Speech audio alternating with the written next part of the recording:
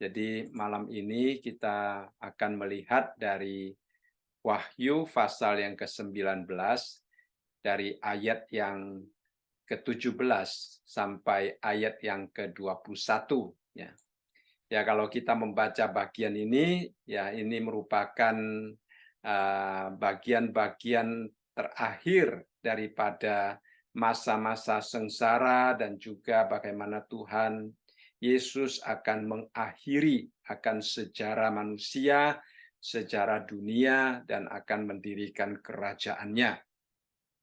Jadi kita melihat satu keadaan yang sangat menakutkan sebenarnya di dalam ayat-ayat ini ya.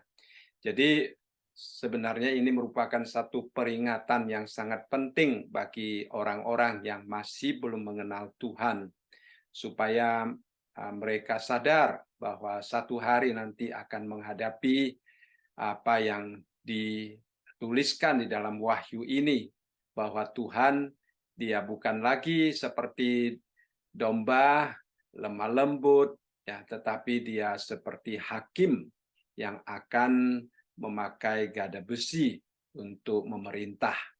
Dan kita akan melihat bagaimana itu bagian ini juga merupakan satu penghiburan bagi kita ya, karena mungkin selama ini kita kadang-kadang bisa juga merasa kecewa atau putus asa, bahkan ya pada waktu kita menyaksikan, melihat keadaan-keadaan kegelapan dalam dunia ini, seolah-olah tidak ada yang dapat menyelesaikan masalah-masalah yang ada di dalam dunia ini. Ya, kita melihat bangsa-bangsa berkumpul untuk melawan Tuhan dan sebagainya, seolah-olah mereka memenangkan akan apa yang mereka rencanakan ya. Seperti yang kita baca di dalam Mazmur pasal yang kedua ya. Dalam Mazmur pasal yang kedua, di situ dikatakan, mengapa rusuh bangsa-bangsa, mengapa suku-suku bangsa mereka-reka perkara yang sia-sia. Seolah-olah ini yang sedang kita hadapi pada hari ini ya. Banyak orang yang rusuh, mereka mereka-reka perkara yang sia-sia. Lalu di dalam ayat yang kedua dikatakan, raja-raja dunia bersiap-siap dan para pembesar bermufakat bersama-sama melawan Tuhan dan yang diurapinya.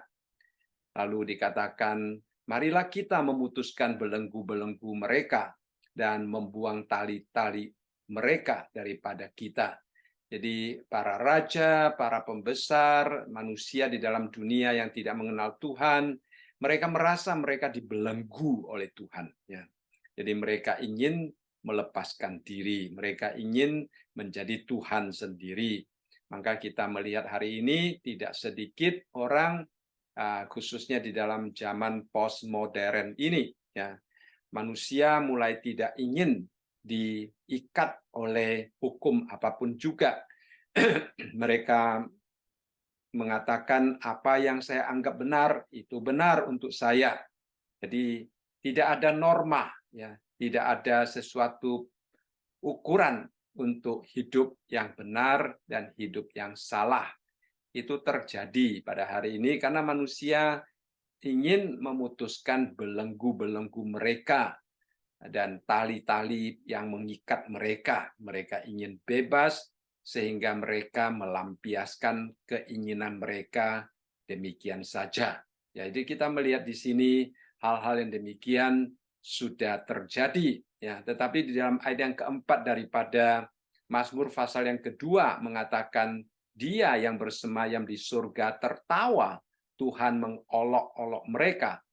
Maka berkatalah ia kepada mereka dalam murkanya dan mengejutkan mereka dalam kehangatan amarahnya. Aku yang telah melantik rajaku di Sion, gunungku yang kudus. Aku mau menceritakan tentang ketetapan Tuhan. Ia berkata kepadaku, anakku engkau telah kuperanakan pada hari ini. Jadi kita melihat di sini ya, ayat-ayat yang akan kita baca sebentar lagi itu juga merupakan bagian penggenapan daripada apa yang baru saja kita baca di dalam Mazmur pasal yang kedua, di mana manusia ingin melawan Tuhan, manusia ingin berkumpul bersama-sama untuk melawan Tuhan, yaitu adalah sesuatu kenyataan yang sedang kita hadapi pada hari ini, dan kita perlu meminta Tuhan memelihara, melindungi kita supaya di tengah-tengah situasi bangsa-bangsa yang berperang melawan Tuhan, kita diberikan kekuatan, kita diberikan hikmat untuk tetap berfokus kepada Tuhan. Ya, kita akan melihat hari ini di dalam Wahyu pasal yang ke-19, ayat yang ke-17 sampai ayat yang ke-21 yang berbunyi demikian. Lalu aku melihat seorang malaikat berdiri di dalam matahari, dan ia berseru dengan suara nyaring kepada semua burung yang terbang di tengah langit. Katanya, marilah ke sini dan berkumpullah untuk turut dalam perjamuan Allah, perjamuan yang besar. Supaya kamu makan daging semua raja, dan daging semua panglima, dan daging semua pahlawan, dan daging semua kuda, dan daging semua penunggangnya, dan daging semua orang, baik yang merdeka maupun hamba, baik yang kecil maupun yang besar. Dan aku melihat binatang itu dan raja-raja di bumi serta tentara-tentara mereka telah berkumpul untuk melakukan peperangan melawan penunggang kuda itu dan tentaranya.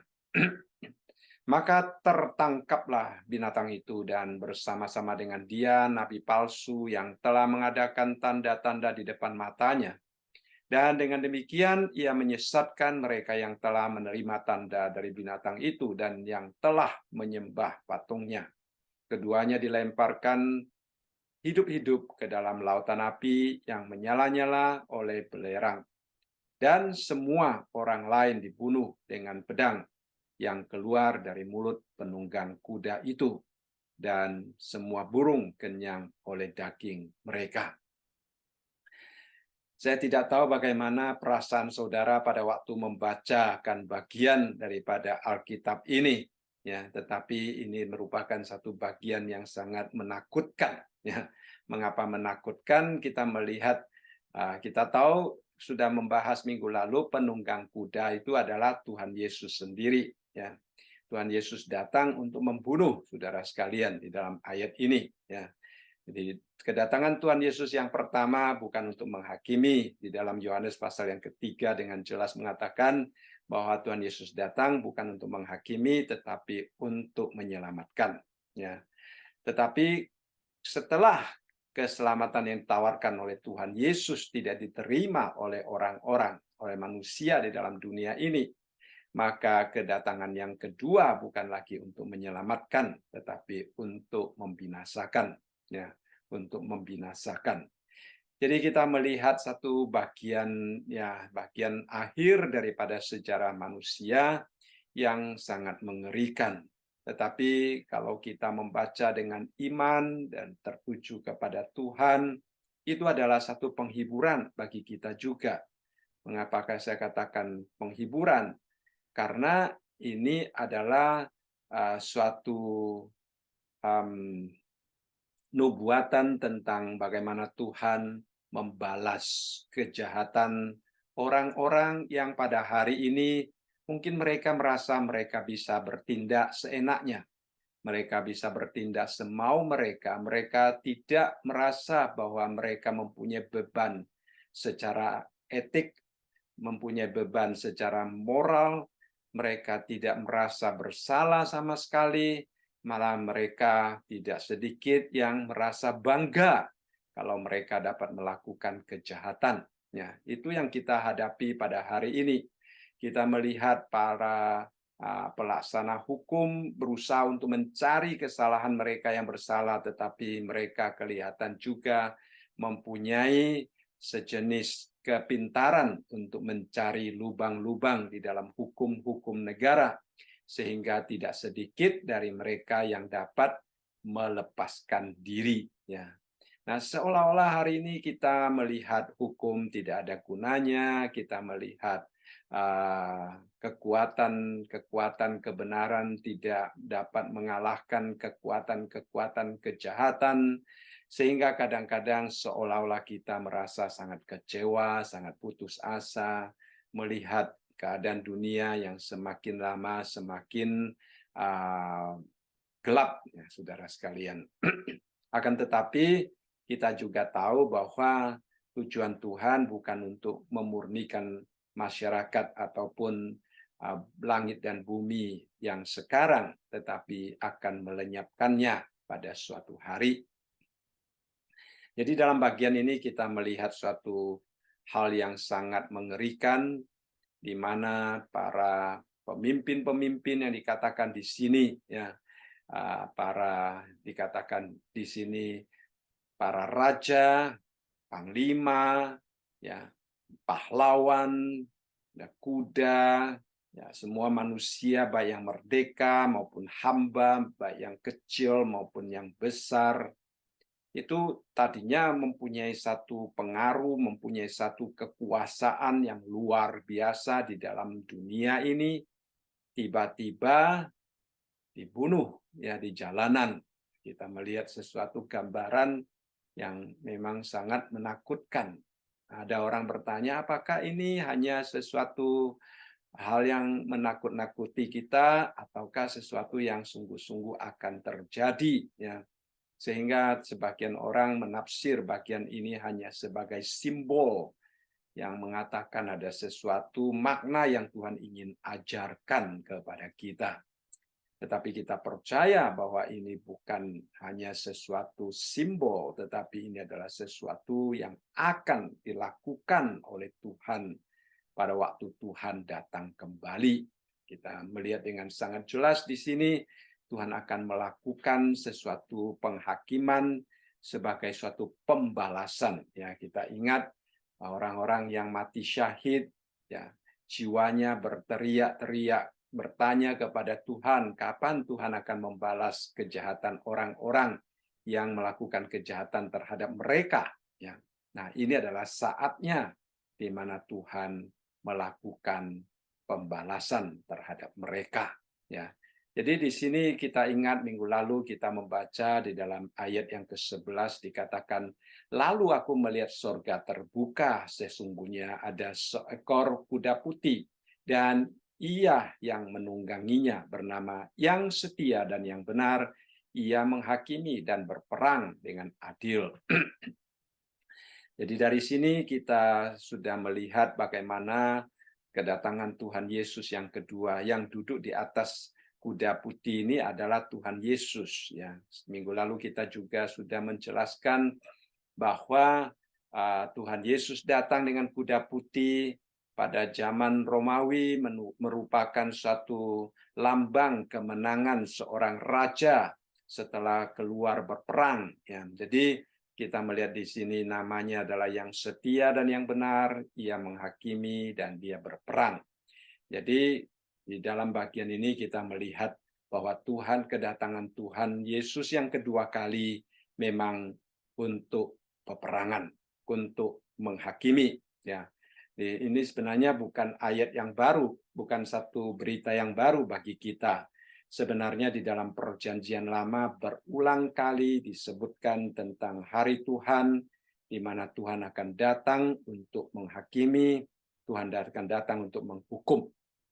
Itu sudah diulang-ulang di dalam Perjanjian Lama, seperti di dalam Yesaya pasal yang kedua, ayat yang ke-12 dikatakan, sebab Tuhan semesta alam menetapkan suatu hari untuk menghukum semua yang congkak dan angkuh, serta menghukum semua yang meninggikan diri supaya direndahkan. Ya, jadi kita melihat di sini Tuhan dikatakan sudah menetapkan suatu hari. Cuma tidak seorang pun di antara manusia yang mengetahui kapan hari itu akan terjadi. Dan Tuhan akan menghukum mereka yang congkak, yang angkuh. Hari ini banyak orang masih tidak sadar akan hari penghakiman yang akan datang, sehingga mereka masih hidup di dalam kecongkakan, keangkuhan mereka. Mereka masih hidup menentang Allah, mereka masih hidup melawan Allah. Ya, kita melihat begitu banyak hal-hal yang terjadi pusatnya juga menunjukkan kepada kita bahwa mereka memang tidak senang kepada firman Allah. Lalu di dalam Yesaya pasal yang ke-13 ayat yang ke-6 juga mengatakan, merataplah sebab hari Tuhan sudah dekat. Datangnya sebagai pemusnahan dari Yang Maha Kuasa. Sebab itu semua tangan akan menjadi lemah lesu, setiap hati manusia akan menjadi tawar, dan mereka akan terkejut. Sakit mulas dan sakit beranak akan menyerang mereka. Mereka akan menggeliat kesakitan seperti perempuan yang melahirkan.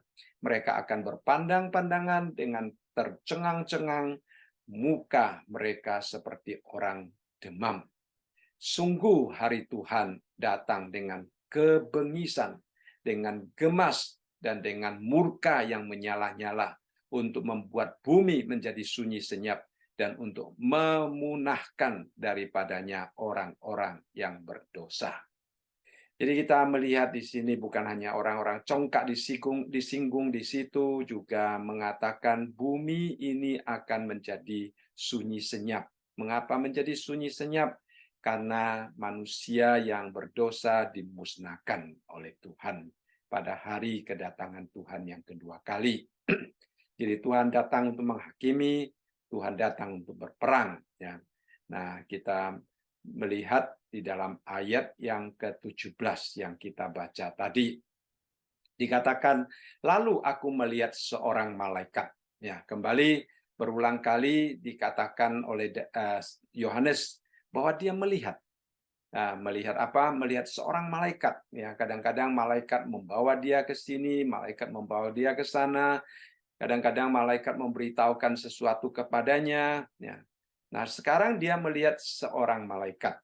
Nah, malaikat itu berada di mana? Nah, ini juga menjadi satu pertanyaan banyak penafsir, ya, karena dikatakan malaikat itu berdiri di dalam matahari. Nah, saudara sekalian, malaikat dapat berdiri di dalam matahari. Ya, kita tahu kalau matahari lebih dekat sedikit dengan bumi, bumi akan hangus. Ya. Matahari sedikit jauh daripada bumi, bumi juga akan kedinginan, ya saudara sekalian. Tuhan mengatur jarak antara matahari dengan bumi itu sedemikian rupa untuk memelihara hidup kita. Jadi malaikat bukan hanya dekat dengan matahari, bahkan dikatakan malaikat berada di dalam matahari. Nah, kita melihat ini adalah suatu eksistensi yang sungguh-sungguh berbeda dengan kondisi kita sebagai manusia yang mempunyai tubuh yang fana ini. Ya. Nah, kita tahu malaikat adalah roh. Ya. Jadi dia tidak akan terbakar hangus seperti apa yang kita alami kalau seandainya kita mendekatkan diri kepada matahari. Lalu dikatakan di situ malaikat berseru. Ya, tadi saya katakan berulang kali Yohanes melihat malaikat, kadang-kadang malaikat membawa dia ke satu tempat, kadang-kadang malaikat memberitahukan pesan daripada Tuhan kepada Yohanes. Tetapi sekarang malaikat berseru dengan suara nyaring kepada semua burung yang terbang di tengah langit. Jadi dia melihat malaikat teriak. Ya. Tetapi malaikat itu berseru bukan kepada Yohanes, bukan kepada manusia yang ada di dalam dunia ini, tetapi dia berseru kepada burung, ya saudara sekalian. Jadi ini adalah sesuatu yang mungkin agak jarang kita lihat, ya saudara sekalian.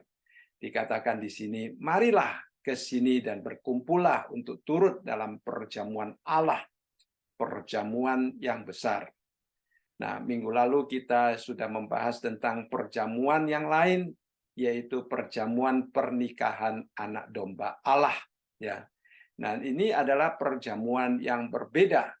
Ini adalah perjamuan yang dikatakan perjamuan Allah. Ya, nah perjamuan Allah yang bagaimana yang dikatakan di sini, saudara sekalian, kalau kita membaca di dalam ayat yang ke-18. kita akan kaget melihatnya. Ya.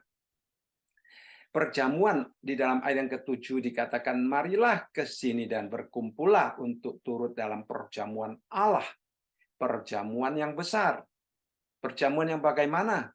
Supaya kamu makan daging semua raja, dan daging semua panglima, dan daging semua pahlawan, dan daging semua kuda, dan daging semua penunggangnya, dan daging semua orang, baik yang merdeka maupun hamba, baik yang kecil maupun besar.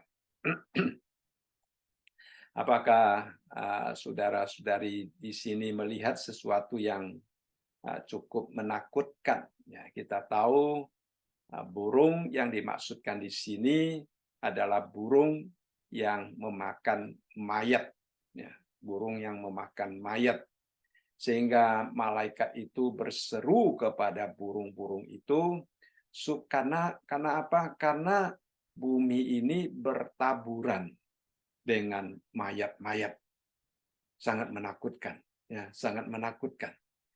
Jadi ini adalah sesuatu yang sangat tidak kita inginkan, tetapi sudah pasti akan terjadi pada waktu Tuhan Yesus datang kembali. Ya, jadi ini juga sudah dinubuatkan di dalam Perjanjian Lama tentang hari Tuhan, di mana tadi kita baca Tuhan akan memunahkan, ya, memusnahkan semua orang-orang berdosa. Jadi raja-raja dikatakan di sini, panglima, semua kuda, penunggang kuda, ya, orang-orang merdeka, orang-orang hamba, baik yang besar maupun kecil. Mereka adalah orang berdosa. Ya, jadi saudara dan saya yang sudah percaya kepada Tuhan Yesus, kita yang sudah dikuduskan di dalam Tuhan, ya, kita tidak akan berada di dalam bagian ini karena kita sudah dilepaskan daripada dosa kita. Karena kita adalah orang yang hidup berharap kepada Tuhan. Karena kita adalah orang yang mengandalkan Tuhan. Sehingga hukuman yang demikian tidak akan menimpa orang-orang yang hidup beribadah dan berkenan kepada Tuhan. Nah, ini akan terjadi pada mereka yang tidak mengenal Tuhan. Mereka yang selalu hidup menentang Tuhan. Nah, kita melihat sebenarnya ini juga bukan sesuatu yang baru, ya. Kalau kita membaca di dalam Perjanjian Lama, khususnya di dalam Yehezkiel pasal yang ke-38 dan Yehezkiel pasal yang ke-39, di situ kita melihat bagaimana Tuhan menyatakan kekudusannya, ya. Tuhan ingin agar supaya bangsa-bangsa mengenal Dia sebagai Tuhan yang kudus. Ya. Jadi di dalam Yeskiel pasal yang ke-38 ayat yang ke-23 mengatakan, aku akan menunjukkan kebesaranku dan kekudusanku dan menyatakan diriku di hadapan bangsa-bangsa yang banyak, dan mereka akan mengetahui bahwa akulah Tuhan. Hari ini banyak raja-raja, banyak penguasa-penguasa, mereka menyangka merekalah Tuhan di dalam hidup mereka. Ya, mereka tidak hidup takut akan Tuhan, mereka tidak hidup takut akan apa yang Tuhan katakan. Tetapi pada satu hari nanti, harinya Tuhan, dikatakan, aku akan menunjukkan kebesaranku dan kekudusanku dan menyatakan diriku di hadapan bangsa-bangsa yang banyak, dan mereka akan mengetahui bahwa akulah Tuhan. Nah, kalau sudah sampai hari penghakiman, mereka baru tahu bahwa Tuhan itu sebenarnya adalah raja di atas segala raja dan Tuhan di atas segala Tuhan. Itu sudah terlambat. Ya, karena mereka di hari Tuhan, mereka tidak lagi mempunyai kesempatan untuk bertobat. Mereka hanya ada kesempatan untuk mendengarkan penghakiman, keputusan hakim yang adil, ya, yang benar, yaitu Tuhan Yesus sendiri akan menghakimi mereka. Tetapi di dalam pasal yang ke-19 ini sebenarnya masih bukan penghakiman terakhir. Karena kita akan melihat nanti ada penghakiman Tuhan Yesus di atas takhta yang putih, takhta yang besar itu, ya. Jadi ini hanya penangkapan. Nanti kita akan melihat bagaimana Tuhan akan menangkap binatang-binatang yang menyesatkan orang itu. Jadi kita melihat sebenarnya Tuhan di dalam Yehezkiel sebenarnya sudah mengingatkan kita ya bahwa dia akan menunjukkan dirinya, menunjukkan kebesarannya ya. Seperti kita melihat di dalam Yehezkiel pasal yang ke-39 ayat yang ke-17 dan ke-18 dikatakan, dan engkau anak manusia. Ya, Yehezkiel selalu dipanggil sebagai anak manusia karena dia diutus Tuhan. Ya, beginilah firman Tuhan. Katakanlah kepada segala jenis burung-burung dan segala binatang buas, berkumpullah kamu dan datanglah, berhimpunlah kamu dari segala penjuru pada perjamuan korban yang kuadakan bagimu. Nah, di sini juga mengatakan perjamuan korban untuk burung-burung dan untuk segala binatang buas. Yaitu suatu perjamuan korban yang besar di atas gunung-gunung Israel. Kamu akan makan daging dan minum darah. Nah, ini sejajar dengan ayat yang kita baca di dalam Wahyu pasal yang ke-19 ayat yang ke-18 ini, ya. Kita melihat mereka akan berada di dalam perjamuan Tuhan. Nah, perjamuan itu bukan perjamuan yang kita inginkan, ya. Ya, kita tidak ingin diundang di dalam perjamuan ini, dan Tuhan juga tidak ingin mengundang kita. Dia hanya mengundang burung-burung dan segala binatang buas, ya. Tetapi itu adalah satu perjamuan Tuhan, karena itu adalah perayaan kemenangan Allah, pembalasan Allah terhadap segala kejahatan, terhadap segala dosa, terhadap antikristus, terhadap nabi palsu, terhadap iblis yang dari permulaan sudah terus-menerus menentang Allah. Allah biarkan dia bekerja sampai pada hari ini, sampai pada hari kedatangan Tuhan. Saat itu Tuhan akan menunjukkan pembalasannya, penghakimannya. Dan ini adalah hari kemenangan Tuhan, sehingga dikatakan sebagai suatu perjamuan, suatu perayaan akan kemenangan Tuhan. Tetapi yang ikut merayakan bukan kita, ya. Yang ikut merayakan adalah burung-burung dan segala binatang-binatang buas. Nah, menakutkan saudara sekalian.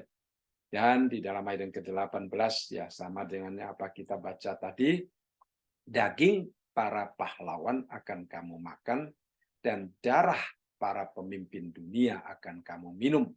Mereka semuanya ibarat domba jantan, anak domba, kambing jantan, lembu jantan, ternak gemukan dari Basan.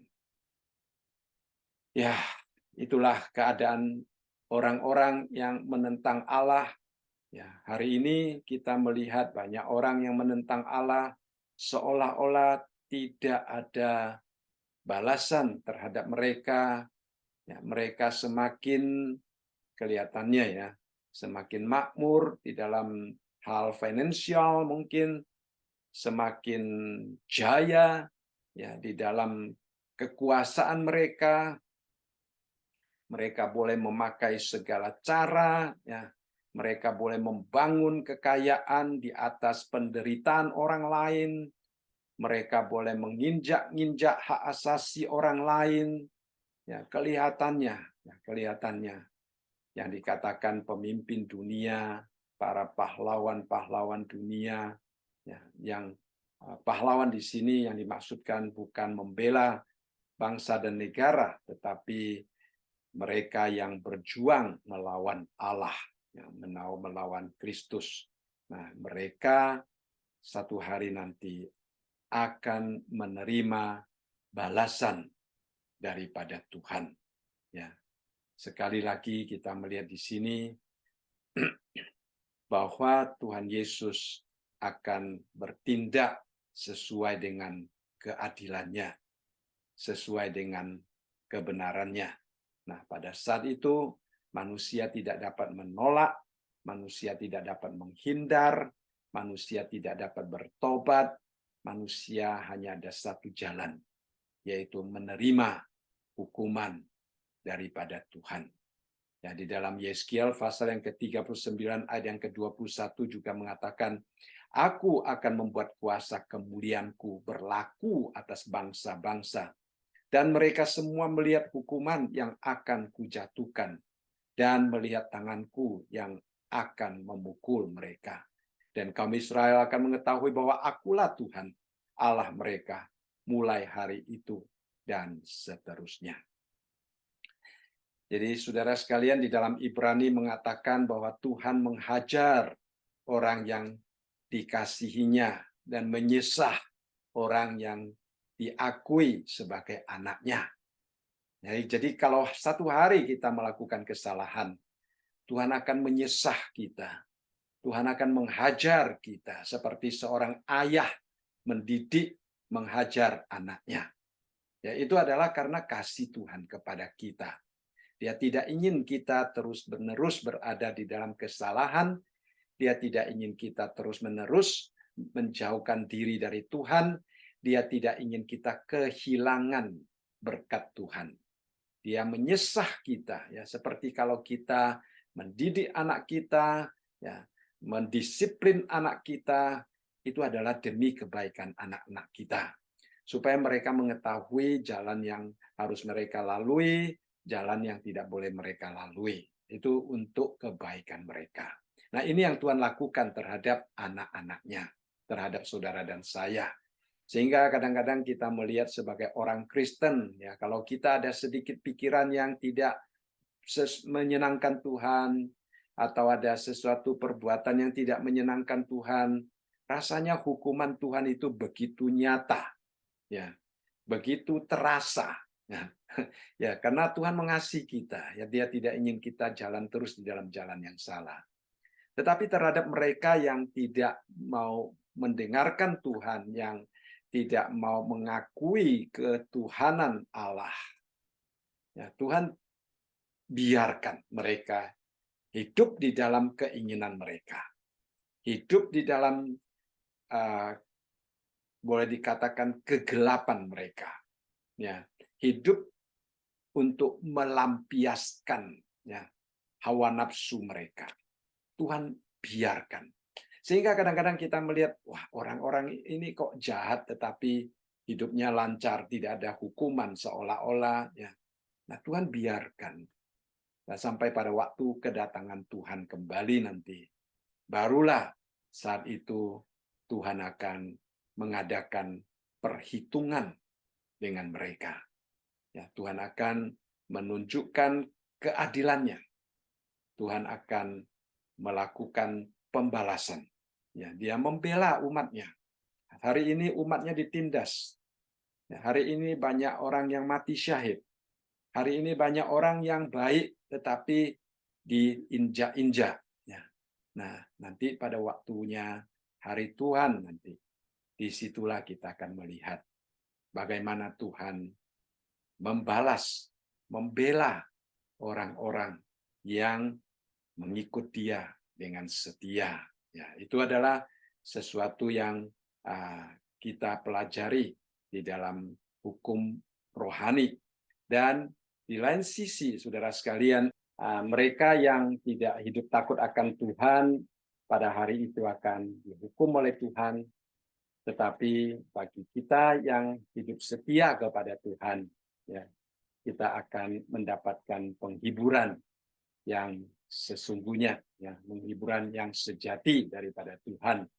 Seperti apa yang Tuhan katakan di dalam khotbahnya yang di bukit, ya, yaitu berbahagialah orang yang menderita bagi kebenaran. Kita walaupun hari ini menderita bagi kebenaran, seolah-olah, ya, seolah-olah dari secara luar kelihatannya penderitaan kita itu tidak mendatangkan apa-apa, atau penderitaan kita itu seolah-olah sia-sia, ya. Akan tetapi sebenarnya tidak sia-sia. Ya, Tuhan Yesus berkata, Berbahagialah orang yang menderita karena kebenaran. Mengapa demikian? Karena kita tidak menderita secara sia-sia. Tuhan akan menghakimi, Tuhan akan menghukum mereka yang hidup di dalam ketidakbenaran. Baik, kita kembali melihat di dalam ayat yang ke-17 dan ke-18 tadi tentang perjamuan Allah. Ya, dikatakan malaikat itu memanggil dengan suara yang nyaring. Nah, suara yang nyaring itu banyak penafsir mengatakan suara itu boleh didengar di seluruh pelosok bumi. Ya, sehingga semua burung yang ada di dalam dunia ini, dimanapun mereka berada, ya, dikatakan burung yang terbang di tengah langit. Ya. Jadi burung-burung yang terbang di atas, ya, mereka semua akan mendengar dan mereka semua akan datang. Jadi kita boleh bayangkan bagaimana suatu gerakan yang luar biasa. Ya. Nah, ada seorang pendeta, dia mengatakan di daerah Timur Tengah sering ada suatu migrasi, ya, burung-burung. Ya. Migrasi burung-burung itu juga katanya sangat membahayakan pesawat-pesawat, katanya. Banyak pesawat-pesawat, banyak pilot-pilot di Tel Aviv yang meninggal bukan karena perang, katanya. Lebih banyak karena burungnya itu masuk ke dalam mesinnya ataupun sayapnya ataupun bagian-bagian yang penting sehingga bisa menjatuhkan pesawat. Jadi dikatakan bahwa para pilot-pilot yang ke daerah Tel Aviv itu harus menerima suatu pelatihan yang khusus. Nah, itu suatu perpindahan. Saya tadi sempat juga melihat beberapa video tentang bagaimana migrasi burung-burung tersebut, ya, yang begitu banyak. Jadi di waktu itu semua burung yang berada di seluruh dunia mendengarkan suara malaikat itu dan mereka akan datang untuk perjamuan Allah ini yang besar ini. Lalu ada orang bertanya, mengapa Tuhan melakukan hal yang kelihatannya begitu kejam, ya, begitu menakutkan itu? Ya. Karena apa? Di dalam ayat yang ke-19 mengatakan, dan aku melihat binatang itu dan raja-raja di bumi serta tentara-tentara mereka telah berkumpul untuk melakukan peperangan melawan penunggang kuda itu dan tentaranya. Jadi sebenarnya, ya, para raja-raja di bumi dan juga binatang itu kita tahu adalah antikristus dan nabi palsu, ya. Di dalam pasal-pasal sebelumnya sudah kita pelajari tentang binatang dan nabi palsu itu. Jadi kita melihat di sini dikatakan bahwa raja-raja bersama dengan antikristus, dengan nabi palsu itu, mereka berkumpul bersama-sama untuk melakukan peperangan melawan Tuhan Yesus. Jadi itu adalah satu kesatuan yang sangat menakutkan, kesatuan yang luar biasa. Semua bangsa, semua suku bangsa, semua bahasa, ya, dipimpin oleh raja-raja mereka, mereka menjadi satu kekuatan, menjadi satu kesatuan, dan mempunyai musuh yang sama, yaitu Tuhan Yesus sendiri. Jadi sebenarnya kita melihat hari ini hal-hal yang demikian sudah mulai muncul di tengah-tengah kita. Ya, kita melihat dunia sedang mempersiapkan diri mereka untuk menghadap, untuk untuk terjadinya akan hari yang menakutkan ini. Karena kalau kita melihat akan situasi keadaan dunia pada hari ini, kita melihat bahwa sesungguhnya orang-orang mereka lebih gampang bersatu, ya, kalau seandainya mereka melakukan sesuatu yang bertentangan dengan kekristenan. Nah, dunia tentunya mempunyai banyak perselisihan, banyak perbedaan pendapat, ya, banyak hal-hal yang uh, mereka tidak dapat bersehati. Tetapi di dalam hal menentang kekristenan, kelihatannya mereka begitu gampang bersatu. Ya. Kita melihat dari awal, ya, khususnya di negara Amerika, ya, pelajaran agama Kristen sudah dilarang. Ya. Itu gampang sekali mereka untuk mendapatkan kesatuan hati mereka. Tetapi hanya kekristenan yang kelihatannya mereka tentang. Hal-hal yang lain, ya, yang bertentangan dengan kekristenan, mereka begitu gampang menerimanya. Ya. Kita melihat masalah-masalah aborsi, ya, penjual beli manusia, ya, yang merajalela. Ya. Apakah benar bahwa hukum tidak dapat menangani hal ini? Apakah benar bahwa para pelaksana hukum, ya, tidak apa namanya semampu, ya, mereka yang menjual beli manusia? Nah, kita tidak tahu apa yang ada di belakang semuanya itu, tetapi kalau menurut keyakinan kita, ya, tentunya hukum itu dapat dilaksanakan dengan baik kalau seandainya mereka mau menjalankan. Ya. Kalau pelaksana hukum, kalau mereka sungguh-sungguh mau menangkap orang-orang demikian, kita juga percaya tidak ada sesuatu yang dapat menyembunyikan diri dari mereka. Jadi kita lihat, ya, hal-hal demikian terus-menerus terjadi. Ya. Penganiayaan terhadap kekristenan juga kita hadapi, ya, terjadi di sana-sini.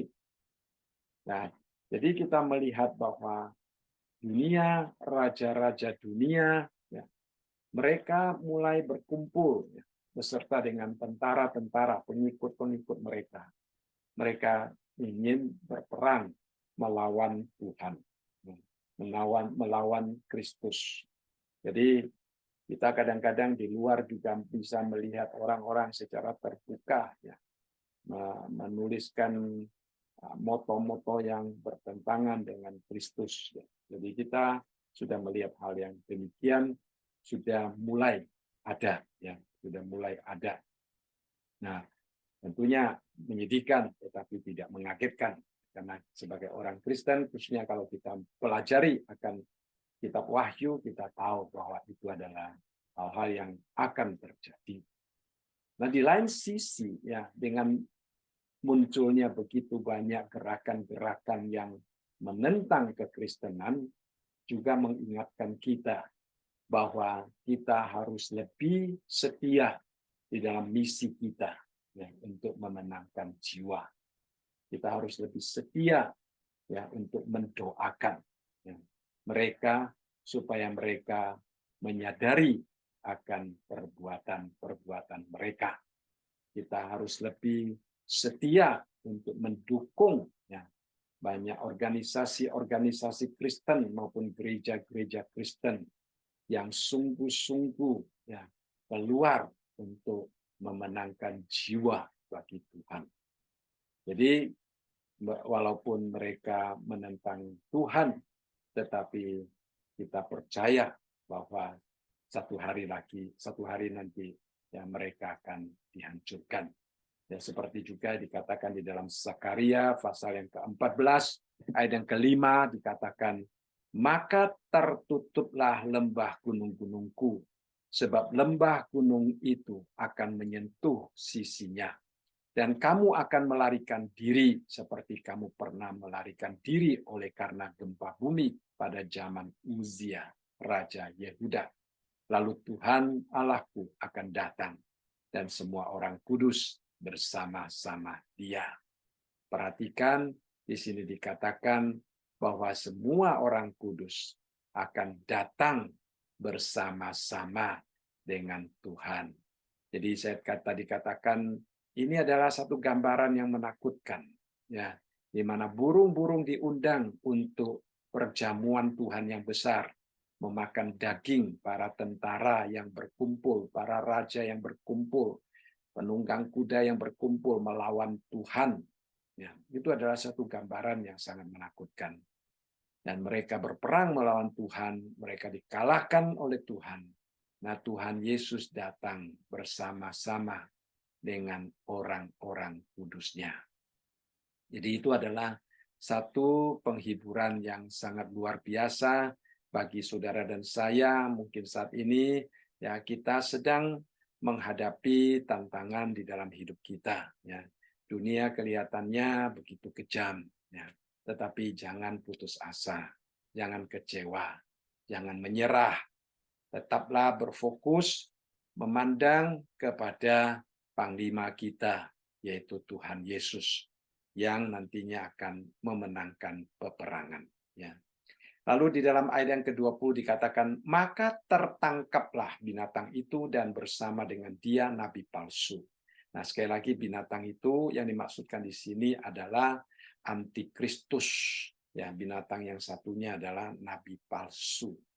Kedua ini ditangkap terlebih dahulu. Mereka adalah pemimpin. Ya, kita ingat di dalam ayat-ayat sebelumnya, khususnya dalam pasal yang ke-13, ayat yang ke-16 dikatakan, dan ia, yaitu binatang itu, menyebabkan sehingga kepada semua orang, kecil dan besar, kaya atau miskin, merdeka atau hamba, diberi tanda pada tangan kanannya dan pada dahinya. Kita juga tahu bahwa mereka yang tidak mau menaruh tanda pada tangan kanannya atau pada dahinya, mereka tidak diizinkan untuk berjual beli. Mereka akan dibunuh. Ya, jadi kita melihat dari awal sudah binatang itu ya dari awal masa sengsara besar binatang itu sudah bertindak seenaknya ya sama seperti hari ini kita melihat banyak orang yang mempunyai kuasa mereka bertindak seenaknya seolah-olah tidak ada lagi kuasa di atas mereka mereka mau melakukan apapun seolah-olah tidak ada yang menghalanginya ya binatang yaitu antikristus dan nabi palsu pada waktu itu juga demikian memaksa orang untuk menaruh tanda ya tetapi pada akhirnya ya Tuhan akan menangkap mereka. Nah, sekali lagi kita melihat di sini adalah penangkapan. Ya, penangkapan, belum penghakiman, belum hukuman yang terakhir. Mereka hanya akan ditangkap. Ya, ditangkap dulu dan kita tahu Tuhan akan mendirikan kerajaan 1000 tahun. Ya, jadi kedua pemimpin yang kita pernah membahas di dalam pasal yang ke-18, 17 dan 18 ya. 17 kita membahas tentang bagaimana pemimpin itu sebagai pemimpin agama dan nabi palsu itu sebagai pemimpin agama dan antikristus itu sebagai pemimpin politik dan finansial ya. Kedua pemimpin ini ya, ditangkap terlebih dahulu ya. Jadi ini di dalam ayat yang ke-20. Nah, setelah mereka ditangkap dikatakan yang telah mengadakan tanda-tanda di depan matanya dan dengan demikian ia menyesatkan mereka yang telah menerima tanda dari binatang itu dan yang telah menyembah patungnya. Ya, jadi kita tadi sudah membaca di dalam pasal yang ke-13 ayat yang ke-16 tentang bagaimana semua orang harus menyembah, memakai tandanya dan sebagainya.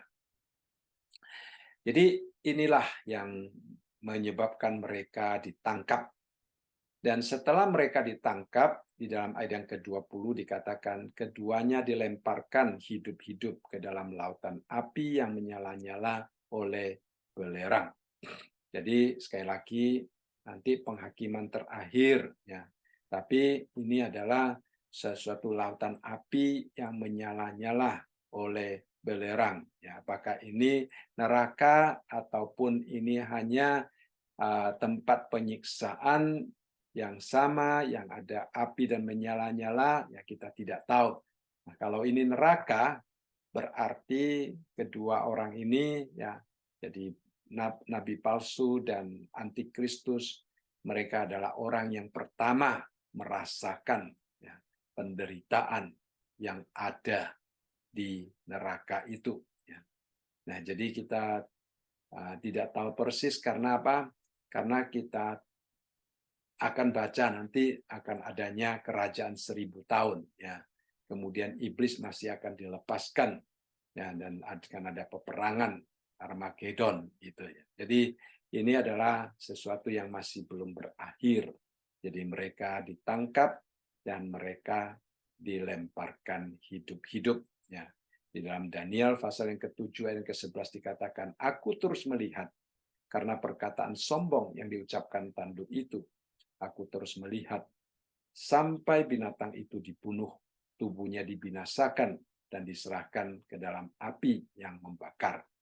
Nah, dikatakan di sini tubuhnya dibinasakan. Kalau di sini secara khusus dituliskan keduanya dilemparkan hidup-hidup, ya. Jadi dia dalam situasi hidup berada di dalam lautan api. Jadi kita tidak bisa membayangkan, ya, bagaimana keadaannya. Kalau Tuhan tidak izinkan dia mati, dia tidak mati, ya. Jadi itu adalah suatu siksaan yang sangat nyata, ya.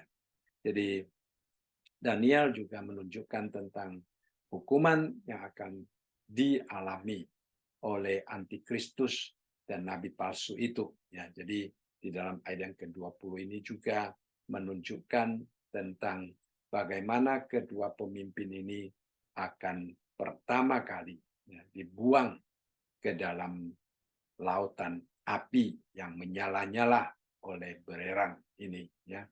Jadi saudara sekalian, kita tahu nyala api oleh belerang itu adalah sesuatu yang panas sekali, ya, yang menakutkan sekali. Ya, itu adalah sesuatu siksaan yang luar biasa yang pertama-tama akan dialami oleh antikristus dan oleh nabi palsu itu. Kemudian kita akan melihat bagaimana dengan yang sisanya.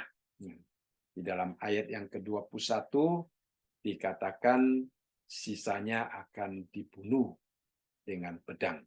Kita ingat minggu lalu Tuhan Yesus, ya, dengan pedang yang ada di mulutnya. Jadi Tuhan Yesus sebenarnya tidak perlu memegang pedang, ya, karena firman-Nya lebih tajam, ya, daripada pedang bermata dua. Tentunya itu dalam suatu perumpamaan tentang membelah, ya, apa yang ada di dalam pikiran kita, di dalam hidup kita. Tetapi juga mempunyai kuasa yang luar biasa, ya. Jadi di sini dikatakan, dan semua orang lain dibunuh dengan pedang yang keluar dari mulut penunggang kuda itu. Jadi dari mulutnya keluar, ya, biar kita tahu biasanya mulut keluar kata-kata, ya. Tetapi di sini dikatakan mulutnya itu mengeluarkan pedang. Jadi itu adalah sesuatu yang sangat menakutkan, sangat luar biasa, ya. Itu akan dilakukan, ya. Di dalam ayat yang ke-15 daripada pasal yang ke-19 yang kita baca minggu lalu dikatakan, dari mulutnya keluar sebilah pedang tajam, supaya dengan pedang itu ia membinasakan bangsa-bangsa. Jadi pada waktu kita membaca minggu lalu itu adalah suatu pengumuman tentang penghakiman yang akan dilakukan oleh Tuhan, ya. Jadi di sini adalah kita melihat bagaimana Tuhan Yesus, dia sebagai penunggang kuda putih itu, dia melaksanakan akan penghakiman tersebut.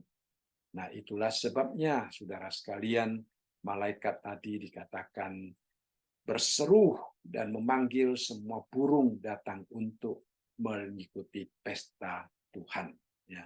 Karena pedang Tuhan yang keluar dari mulut Tuhan itu akan membunuh, ya, semua orang, dikatakan di sini, dan semua orang lain. Nah, dari semua orang lain dari siapa, saudara sekalian? Lain dari binatang itu dan nabi palsu. Jadi dikatakan di dalam ayat yang ke-19, kita kembali sedikit, dikatakan bahwa binatang itu dan raja-raja dan tentara-tentara, ya, mereka berkumpul bersama-sama. Jadi semua bangsa di dunia ini berkumpul bersama-sama, merupakan satu kekuatan untuk melawan Tuhan Yesus.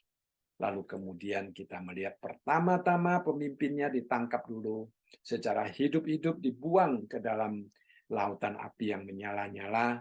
Setelah itu pengikutnya, semua orang.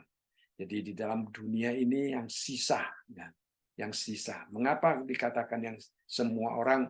Ya, apakah orang-orang yang percaya kepada Tuhan juga termasuk di dalamnya? Saudara, jawabannya adalah absolut tidak. Ya, tidak. Orang yang percaya tidak ada bersama-sama dengan mereka yang dibunuh nanti, dengan mereka yang dagingnya dimakan oleh burung-burung itu. Tidak. Ya, orang percaya yang pertama, saudara dan saya yang percaya sebelum masa sengsara besar sudah diangkat. Ya, sudah diangkat bersama-sama dengan Tuhan. Dan kita datang bersama-sama dengan Tuhan pada waktu penghakiman ini. Mereka yang di dalam masa 7 tahun masa sengsara besar itu, mereka bertobat dan kembali kepada Tuhan Yesus. Ya, mereka di satu sisi akan dipisahkan oleh Tuhan, di lain sisi mereka juga mati syahid karena nama Tuhan. Jadi yang dimaksudkan dengan semua orang yang dibunuh ini tidak termasuk orang kudus, tidak termasuk orang yang percaya kepada Tuhan Yesus.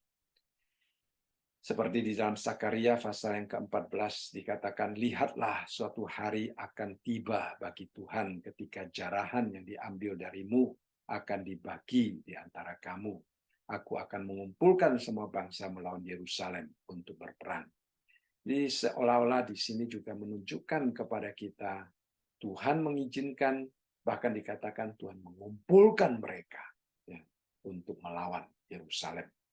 Itu adalah sesuatu yang diizinkan oleh Tuhan terjadi, tetapi waktunya Tuhan sudah tiba, dan saat penghakiman Tuhan, saat penghukuman Tuhan sudah tiba, maka dikatakan di sini semua orang akan dibunuh oleh apa? Dengan pedang yang keluar dari mulut Tuhan sendiri.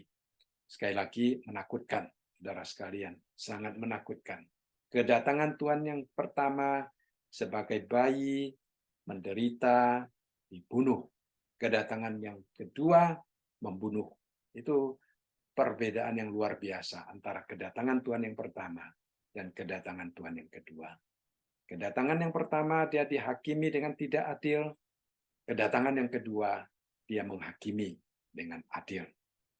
Kedatangan yang pertama, dia ditertawai, dia disiksa.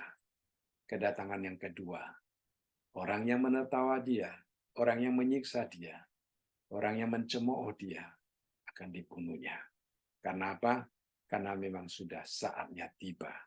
Tidak ada lagi waktu yang Tuhan izinkan bagi mereka untuk bertobat. Jadi, saudara, sekali lagi kita bersyukur kepada Tuhan. Pada hari ini kita dapat mengenal Tuhan, kita dapat percaya kepada Tuhan karena anugerah Tuhan, karena Dia yang memilih kita supaya kita tidak merupakan bagian daripada orang-orang yang menentang Tuhan.